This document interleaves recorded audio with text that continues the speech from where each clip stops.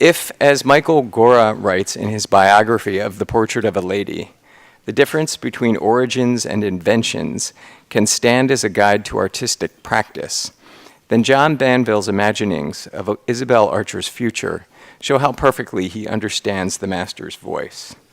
Banville's new book, Mrs. Osmond, is an exquisitely wrought novel that captures the interior states, moral misgivings, petty jealousies, and intrigues of James Americans in Banville's own gorgeous language, which somehow flows and deliquesces without the arduous clauses of Isabelle's originator.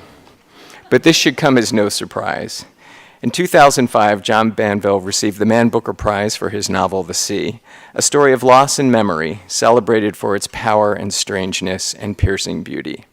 A fellow of the Royal Society of Literature, he is also an acclaimed playwright, nonfiction writer, screenwriter, and crime novelist under the nom de plume Benjamin Black.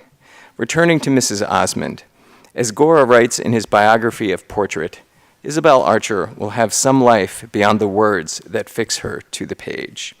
Our guest this evening has helped make that life possible. Please welcome back John Banville. Good evening. Good evening. I'm sure Henry would be very pleased to see you all here. Look, I'm going to read briefly because I think the reading is always the most boring part of the evening. So I'll read a few bits just to give you the sound of it, and then we can have a conversation about it. At the end of The Portrait of a Lady, Isabelle Archer has found out some terrible things about the betrayals that her husband and her so-called friend, Madame Merle, how it subjected her to. She has defied her husband by coming to England to be at the deathbed of her cousin, Ralph Touchett. And I start up my book just after that. So Ralph Touchett has died. She's been in Garden Court for a week or so, and now she's coming back to London. On her way back to Rome, Henry James said about Isabelle that she was determined to affront her fate, to affront her destiny, and that she's going to affront her husband and her betrayers. But this is just a few bits from the beginning of the book. It had been a day of agitations and alarms, of smoke and steam and grit. Even yet she felt, did Mrs. Osmond, the awful surge and rhythm of the train's wheels beating on and on within her. It was as if she were still seated at the carriage window, as she had sat for what seemed impossibly many hours, gazing with unseeing eyes upon the placid English countryside, flowing away from her endlessly in all the soft green splendor of the early summer afternoon. Her thoughts had sped along with the speeding train, but, unlike the train, to no end. Indeed, she had never registered so acutely the mind's unstoppable, senseless, headlong rush as she had since leaving Garden Court. The great snorting and smoking brute that had paused with brusque impatience at the meek little village station and suffered her to take her place in one of the lattermost compartments. Her fingertips still retained the impression of hot plush and greasy leather, now stood gasping after its mighty efforts under the high, soot-blackened glass canopy of the throbbing terminus, disgorging onto the platform its complement of dazed, bedraggled travellers and their jumbles of baggage. Well, she told herself, she had arrived somewhere at least. She longed for the hotel and its stilly breathing, cool and shadowed spaces in which she might sit perfectly immobile for a long time and let her reeling mind run down of its own accord. She would rest if only she could stop thinking. But how to effect that marvelous trick? The death of her cousin Ralph Touchett on a recent eve in his mother's house at Garden Court. Extraordinary to reflect that there had been an exact measurable moment marked by a click on the clock when for him eternity had begun. And that death had left her with a hard task to solve, like an exercise in geometry or algebra. The solution she was required to derive, no more or no less than to find a fit mode by which to mourn the young man's passing. In truth, her cousin could no longer have been described as young, but that was how she thought of him, and no doubt how she would think of him always. Perhaps that was the main part of her difficulty, that it seemed a scandal to shed tears for a person whose life had been so marked by the slow vastation of a wasting illness that he could hardly have been said to have had a life at all. Thinking this, she at once chided herself. Who was she to judge the quality of any life, however brief or burdened?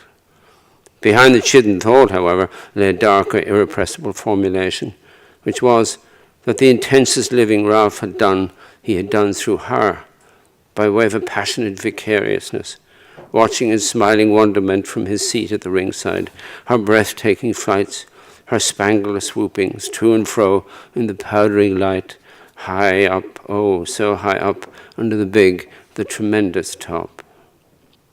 To have lived through someone else, even someone he professed to adore, that had been the height of Ralph's triumph and the depth of his failure. How she wished now she'd been capable of that greatness he had hoped for in her, those loftier leaps, those ever more graceful pirouettes in mid-air, those weightless landings on one braced toe, those sweeping bows with swan's neck arms widespread. If she had lifted him up, she'd also let him down. What he could not have expected, what he could not have imagined possible for one so firmly balanced as she, was the catastrophic plunge from airy heights that had been precipitated by her marrying the perfectly wrong person.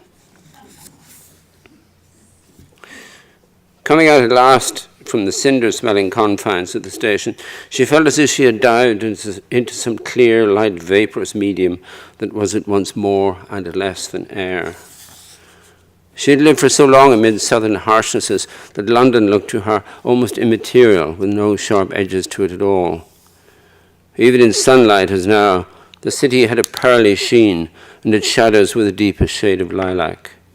The crowds, too, weaving their endlessly shifting tapestry to and fro before her, had to her eye a quality of dreamy vagueness, as if all these people, despite the determination of their step and the fixity of their forward gaze, were not entirely certain of their destination, as likewise they could not quite remember their setting-off place, and yet minded not at all in either case.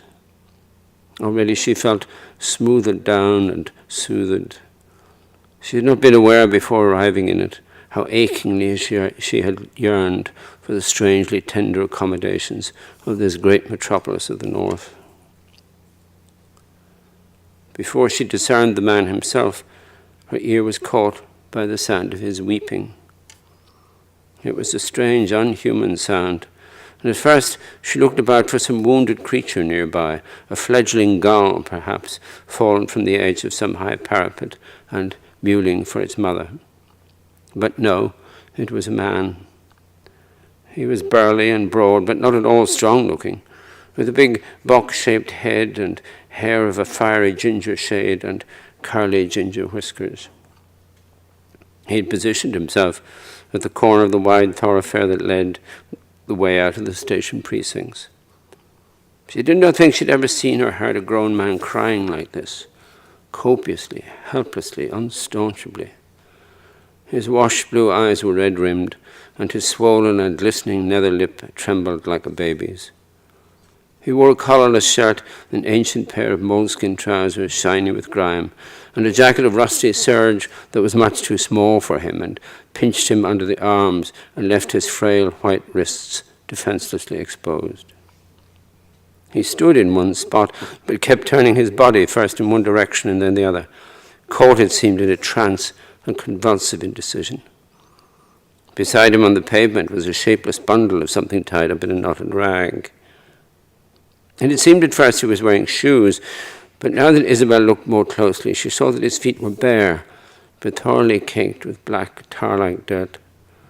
The coppery brightness of his whiskers, through which dark glinting rivulets of tears were coursing, and the pulpy paleness of his lightly freckled skin, somehow added to and intensified for her the sorrow and abjection of the spectacle he made. It was as if he had been flayed of a protective integument, and his flaming hair were blushing for him to be so nakedly and shamelessly on show. "Oh, look at that poor creature," she breathed, laying a hand on her maid's arm to stay her. "We must do something for him." But she doesn't do anything for him, and he comes back later on. I won't go there. But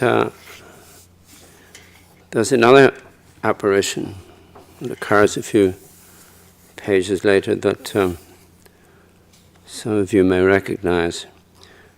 She arrives at the hotel. She has a solitary dinner.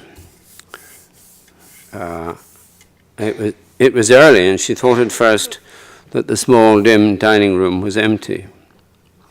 How expectant the chairs and tables seemed, bedecked with silver and crystal and linen, and carefully arranged in ranks, like so many dancers ready to plunge into a waltz and tensely awaiting the first crashing chord from the orchestra. The maitre d' appeared, and she was murmuringly led to a place in the corner and deftly seated, although, despite the man's soft obsequiousness of manner, she had momentarily the sense of having been screwed down into her chair like a cork forced into the neck of a bottle. Restaurants always reminded her a little of the schoolroom, if an unusually democratic and well-appointed one, where she'd been sent to receive lessons in some of the finer and more venerable social disciplines. She was handed the menu, and glancing about, as one does when this small ceremony is being enacted, she spied at a table in the corner diagonally across from hers a gentleman of somewhat stout appearance, bearded and balding, who was reading a newspaper with the aid of a pair of pince-nez. He was, she judged, on the brink of his middle years, though still displaying an aspect of youthful vigor, despite the marked rotundity that strained the buttons of the lower half of his waistcoat. Now, this waistcoat was the sole slightly remarkable aspect of himself that he presented to the world's inspection. For while his jacket and his flowing bow tie were mutely black, and his starched collar was a pillar of pristine whiteness, his gaily sported vest was composed of alternating vertical stripes of sky blue and buttercup yellow satin. Such a splash of colour set her to wondering what he might be. A man of the theatre, perhaps, an actor-manager, or even a playwright. She could see from the skill with which he had folded his newspaper for ease of propping against the water jug that he was well accustomed to dining alone. Feeling her eye on him now, he lifted his head and regarded her with cool directness over the steel rims of the spectacles clipped to the bridge of his nose. She essayed a small smile, which he did not return, not out of coldness or unfriendliness, it seemed, but as if he considered a reciprocal gesture of politeness on his part would be superfluous. He went on looking at her for some moments, quite still and calm, not at all intrusively, but taking her in merely, as she immediately was. Did he know her? Had they met at some time, somewhere? He seemed in a way familiar, but she had come to a stage in her life when everyone seemed so who stepped out of the passing crowd for long enough to be held steady and fixed upon for a moment. Yet she had the impression, caught there in the unblinking beam of those preternaturally wide-open, glossy grey and somewhat protuberant eyes, that she was being checked and assessed. No, reassessed. She might have been a portrait that he, the portraitist, had come upon unexpectedly, hanging on the wall of a gallery he had chanced to wander into, and in front of which he had paused, looking to see how its composition had weathered with the years, and what time had done to the quality of the pigment. You all know who he is, I presume. Anyway, that's all I'm going to read, because as I say, I think the shorter the reading, the better. So short reading gives us an opportunity to ask a lot of questions. You know how this works. Raise your hand. We'll get a microphone to you while we're doing that. John, I'm sure people will ask how you prepared to take on the master and get the voice and that sort of thing. So if you could bring us up to speed on that. With crazed insouciance and stupidity and that foolhardiness and egomania for which I'm famous. It's good to be famous for something.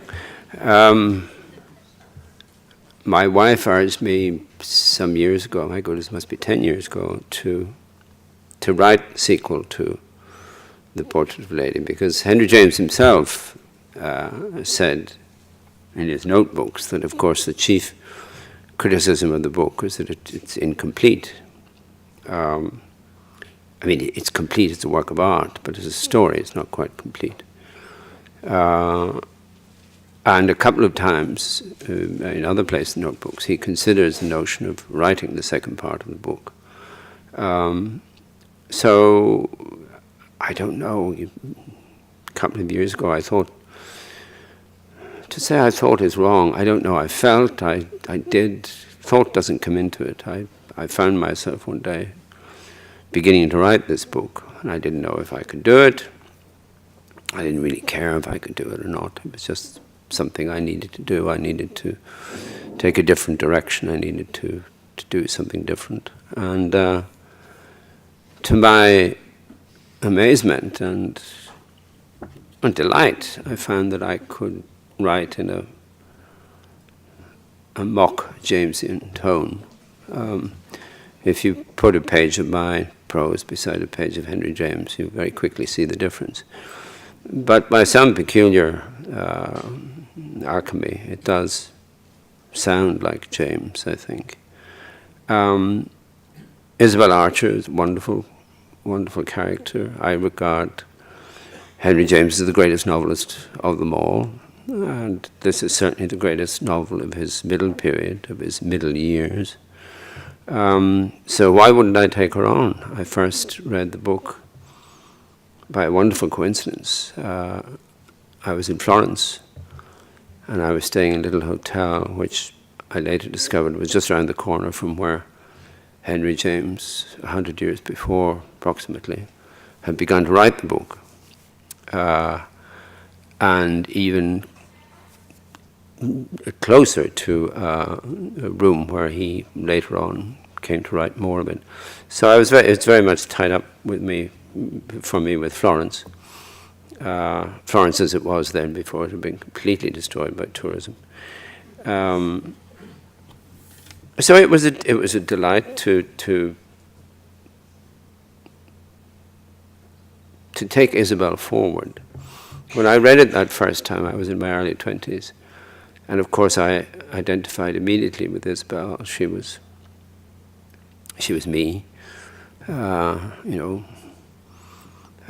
brave, spirited, young, going to take on the world, affront her destiny. When I read the book again in middle age, I saw how subtly James had portrayed Isabelle as a flawed creature. Still brave, still full of valor and fortitude and determination, but flawed. And then when I read it in, I suppose, is what Gore Vidal famously said of Ronald Reagan, now that I'm in the springtime of my senescence,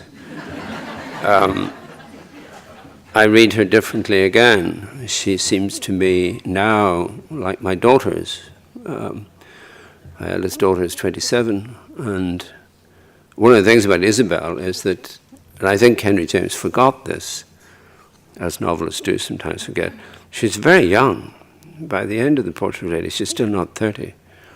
She's had a long life, longer than her 28 or 29 years would warrant. And she's had a great deal of experience, and a great deal of it painful and horrible. But she's a wonderful subject to write. So as I say, on the brink of extreme old age, I was able to revisit myself when I was in my 20s, and to revisit Isabelle and to bring her to some kind of life again. You say insouciance. It sounds like the process was a bit mysterious to you. The process of writing is always mysterious. I'm always interested in book signings in particular, when people who haven't seen me before, I can see them approaching me and thinking, my God, he's very short and he's much older than I thought he was going to be, and he's not at all good looking. And I want to say to them, the point is that I'm not the person who wrote the book that you liked or maybe even loved. That person ceases to exist when I stand up from the desk. Who does it? I don't know. Some other part of my brain, some other part of my consciousness, some other part of my sensibility. I think all writers are aware of this strange duality. It was an extreme experience of this because I was in Chicago this time last year for a couple of months teaching. You can't hear the quotation marks around that, not my teaching. But anyway, I was doing a course on The Vulture Lady and The Turn of the Screw, novels which have great similarities, much deeper than it would seem on a superficial reading. And there wasn't much to do in Hyde Park, Chicago. So I was able to write for long hours of absolute solitude, absolute silence. And I had the strange feeling that if I got up and walked away from the desk, that I would come back, having made a cup of coffee or whatever, and I'd find another couple of paragraphs written by this mysterious creature who was there. I would not presume to suggest for a moment that I was infused with the spirit of Henry James. But at certain times I did feel that there was an approving presence somewhere in the room. This may be a complete self-delusion. The presence in the room of Henry James probably dancing in fury at the notion that I would dare to follow him up. But it was a fascinating experience to do this book. It seemed in a way, I hate to say it, but it seemed in a way to write itself. This is not my experience of my own books. I mean, a John Banville book will take 2, 3, 4, 5 years of absolute torment and horror, whereas this seemed to be there before I had come to write it. Now, I'm not mystical, I don't have any sense of there being presences in the air, but somehow the angel touched me with its wing for this, and I was able to do it relatively painlessly. And I hope, I hope the enjoyment of the book communicates itself. The enjoyment that I took in writing it communicates itself to the reader.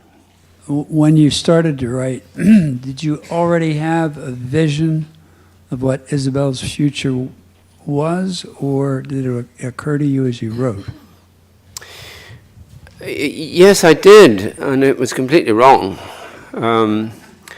My plan from the start was that she would free herself from these vampires that she'd been living with, Gilbert Osmond and Madame Barrow, these awful people, and that she would come back to London, meet a young man, fall in love, and they would go to America, and she would fulfill her destiny. But of course, when I got to the end of the book, I realized that wasn't possible. Because the young man that she meets, she's learned her lesson. She recognizes another man, as my wife would say, just another man, trying to get his hands on her money, and a man who would, from the beginning of their intimate relationship, would set himself to subjugating her and destroying her will, of getting rid of her ideas, as Gilbert Osmond. That was really the only thing Gilbert Osmond had against her, that she had ideas. And in those days, women were not supposed to have ideas. And as many women in the audience, all the women in the audience will agree, not much has changed. So that was my plan. But a novel is an organic thing. It grows. It, as Nabokov says, it grows tentacles in the dark. And you do find, it's not that one is, I'm not one of those authors who says the characters took over and they made me do this. When I hear writers saying that, I assume either he's a liar or an idiot. These characters are made out of words. They're made by the writer. You know, I can do with them what I like. But a work of art itself, and, you know, this is a work of art, whether it's successful or not is not for me to say, but I set out to write a work of art. And a work of art sets its own rules. It makes its own demands. And you have to follow that. There's a kind of logic to it. Once you've got the book going, it's terribly difficult to start a novel. I can only speak for myself, maybe different from other writers. Terribly difficult to start a novel. I would sometimes spend, one of my books, I spent 3 months writing the first paragraph over and over and over again until I got it right, because I was looking for the tone. This one, the tone was there. I mean, I had the tone from James. I had the characters from James, so it was easy in many ways. But I had to follow the strange logic that a work of art sets up for itself. And I think the book is better for that. I mean, imagine a happy ending. As a great critic, Italian critic, Pietro Tait, said, having a happy ending depends on where you stop. Think about it. You had mentioned that the second time you read the book in middle age, that you were struck by her flaws, which I guess are always the most interesting parts. But could you tell us a little bit about Isabelle's flaws and how you saw them? Well, when one of the things that struck me about the book when I read it first was that when we first meet Isabelle, well, she's in England, but when we first meet Isabelle in Albany, where her Aunt Lydia comes and finds her and says, I'm going to take you to Europe, I'm going to make you into a European. She's living in Albany. She's an orphan. She's very intelligent, she's very bright, she's very quick. And she's quick with the sense of life's possibilities. But she's trammeled, she can't get out. And that, I suppose, reminded me very much of myself growing up in a small town in Ireland. Remind me of all of us, you know, when we're in our teens and early 20s, and we're just so impatient for life to begin. So I forgave her, or I ignored the many subtle things that James was pointing out about her. He has lovely, subtle moments where he says he's reading a volume of German philosophy, but you can tell from the way he describes it that, you know, she's not getting, it's not much of it is sinking in. And he says she'd read widely in the European literature in translation.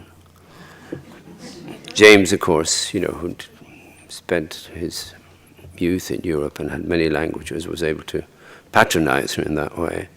But he was making a subtle point that she wasn't quite she wasn't quite the sophisticate that she imagined herself to be. And also, when she comes to Europe, she finds herself in the midst of egomaniacs. Everybody she meets is afflicted with terrible ego. But she herself, as I realized later, her ego is very strong. She knows who she is, she knows what she wants, she knows what she doesn't want. She's not going to marry this great Lord Warburton, who with unseemly haste proposes to her. She doesn't want that. She sees Lord Warburton's sisters, meek, little, rabbity little creatures, and she says to herself, I'm not going to marry into this. Now, James doesn't say any of this, he just shows it. As James's great thing, always in the notebooks, he would say, don't tell, dramatize. So when I read it in middle age, I saw not necessarily flaws, but that she wasn't quite what I thought she was at the start. And this is one of the great strengths of The Portrait of a Lady, that you can read it. I mean, it's the strength of any good novel, that you can read it at different ages and read a different book. But she is flawed, like all of us. But the wonderful thing about her is that she's full of valor, she's full of fortitude, she's like a medieval, she's kind of Joan of Arc, she's a St. George and the Dragon. She's not going to be defeated. And, you know, most of the action, again with quotation marks around it, The Vulture Lady takes place in the last 30 or 40 pages when she discovers all the things, how she's been betrayed, how she's been manipulated. And she's not going to be defeated by that. She's damaged by it, she's deeply wounded by it, but she's not going to be defeated. That also seemed to me to be a part of James's Americanness. I mean, Henry James is as much an American in genius as his brother William.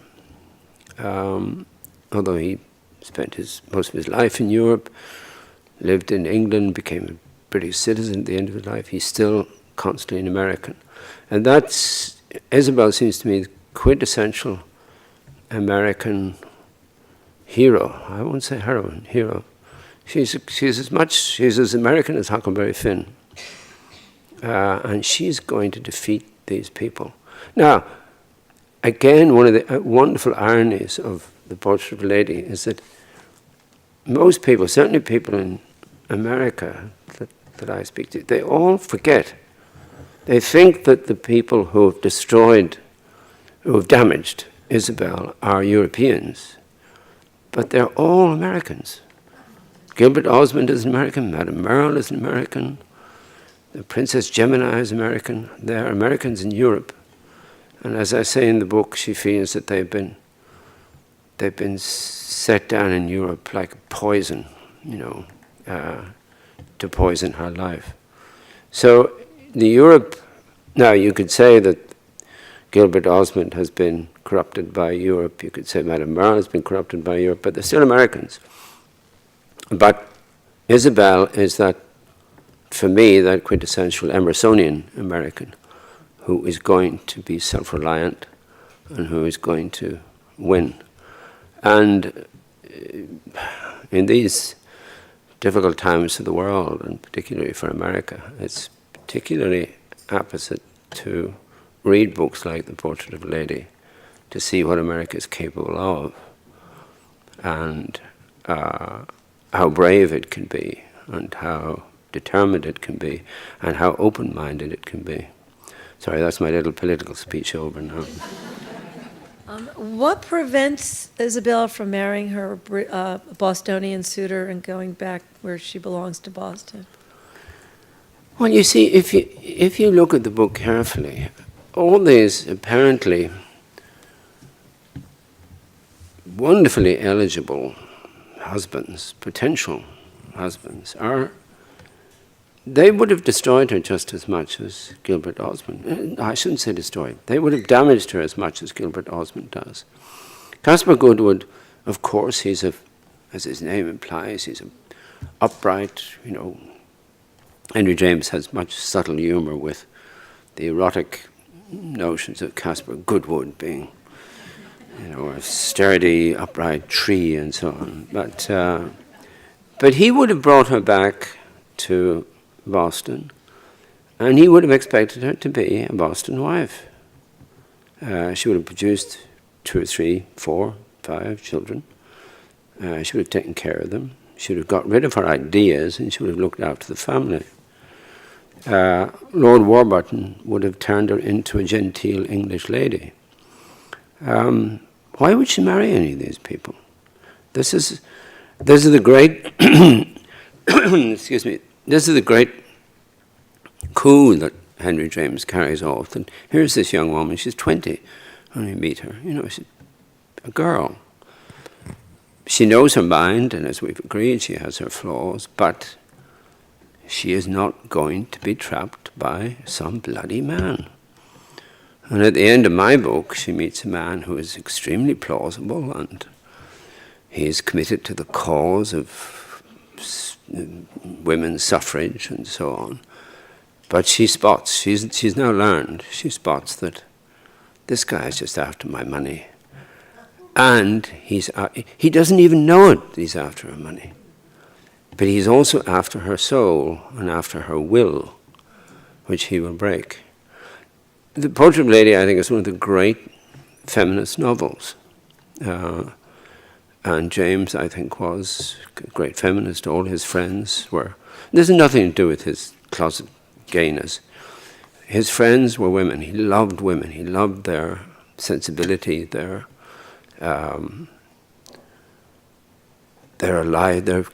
sense of being alive in the world. And I agree with him about that. I mean, I always say that my idea of hell would be a lunch party of about 12, 14 men that goes on for eternity.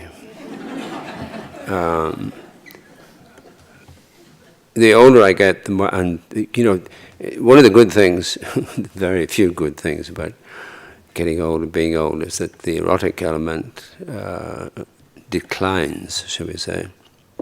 And one can look at women much more clearly without the obfuscating mist of desire in between.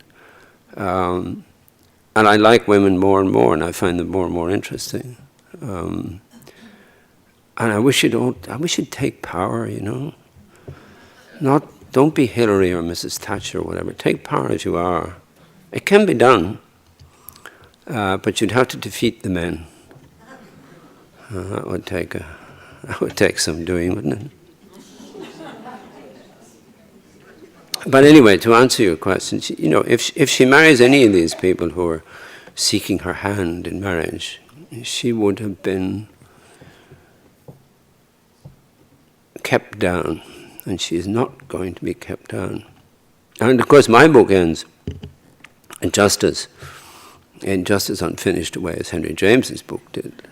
And I'm hoping that someday a woman will write the third book in this and will bring Isabelle to America and let her affront her destiny there. Did your wife like what you did with the character? Oh yes, my wife, she likes her very much. As she says,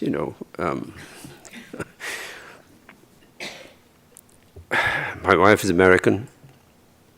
She came to Europe, and she was 24 because I brought her there, which she's never quite forgiven me. We love each other dearly, but, some things cannot be forgiven. She feels that she was taken in by, I won't say betrayed, but taken in by Europe. Taken in that ambiguous sense of the term, both taken in and welcomed, and also taken in and deceived. So yeah, she sees the point of it. In the book, Prognites, the character at one point is trying to say, how badly he feels, and he refers to painting Prometheus with the falcon or the hawk eating his organ. And if my memory is correct, I think you refer to paintings in other books. And I was wondering if you have specific paintings in mind, or if you assume people are going to know about the images that you are describing. I'm not sure that I've heard you correctly. You're talking about pain? Painting. Oh, painting. Painting. Oh, right. I'm sorry. At least I got the first syllable of the word. Painting is, I think art is not, how long have we got? If I were to put all my books together in one volume, which would by now be that wide, I would call it the Book of Evidence. It seems to me that art is the presentation of evidence. It's not an expression of the artist's soul or his feelings about the world or his thoughts about the world. It's simply to say, this is a record of one man being here. This is what I saw, this is what I thought, this is what I saw. This is what I witnessed. Here's the evidence. There's a wonderful, in the so-called Zura aphorisms of Franz Kafka, there's a wonderful outburst. It's just one, he just says, never again psychology. And in this book, I've stepped out of my real self and written a psychological novel. Maybe that's why I did it, because it was an exercise in what it would be like to write a psychological novel. But for me, I agree with Nietzsche that the real depth is on the surface. And painting, of course, is the art of surfaces. All we can know about the world is what we see. We imagine that we know other people. We imagine that this is a delusion. We've all had the experience of, you've been living with somebody for 40 years, and one morning at the breakfast table they say something, and you think, I know nothing. I know nothing about this person. I know nothing about, and a good thing it is, because then you have to rethink the person that you thought you knew. But again, that's superficial. But superficial has never seemed to me a pejorative term. Superficiality is the essence of art for me. I went to a West Coast Jesuit university and read Portrait of a Lady. Should I reread it before I read this? Well, you should always reread Portrait of a Lady. This book, I wrote it with great care to be self-sustaining. And I've talked to a couple of people who haven't read the Portrait of a Lady and who've read this and who've, got it, who've understood it. But yes, what greater pleasure could there be than to reread the Portrait of a Lady? It's such a superb book. I again, as I say, with quotation marks, I taught it this time last year. And it was such a pleasure to read it that closely because, when you're teaching something, you read in a different way. And I saw the extreme artistry, this sublime artistry of Henry James, and the subtlety.